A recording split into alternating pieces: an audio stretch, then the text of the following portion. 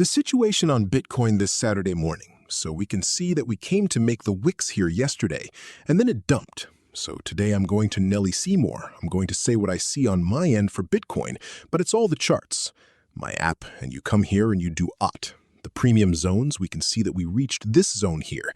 It's a short zone, and we reached the budget channel. It's a hotch, a boing zone. We come at, or we go outside the channel to short. Easy.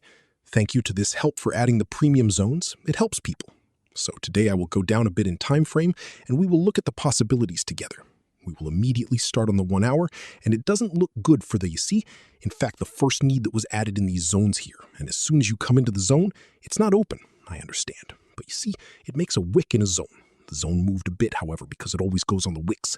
And you see, it comes on the wicks here, like an order block. And that's it. You come, it goes down, bounces off it, it goes to the indicator. It's certain that it will go down lower. How do we know it's going down lower? We have to pull our Fibonacci. So we do it like this. We go up to the top. So we measure this impulse. And here we are at 1.5. The Fibonacci, it's certain that we will go to 0.618 before bouncing.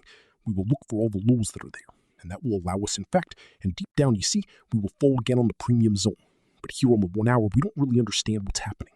We come, we bounce, it makes a resistance. And the support is 0.5, which isn't working. We will make a wick here in a zone up to a zone, and we come back. Blue reversal candle, I will say it. So we push, blue reversal candle, we will go back down on the main, up to 0.618, 0.50.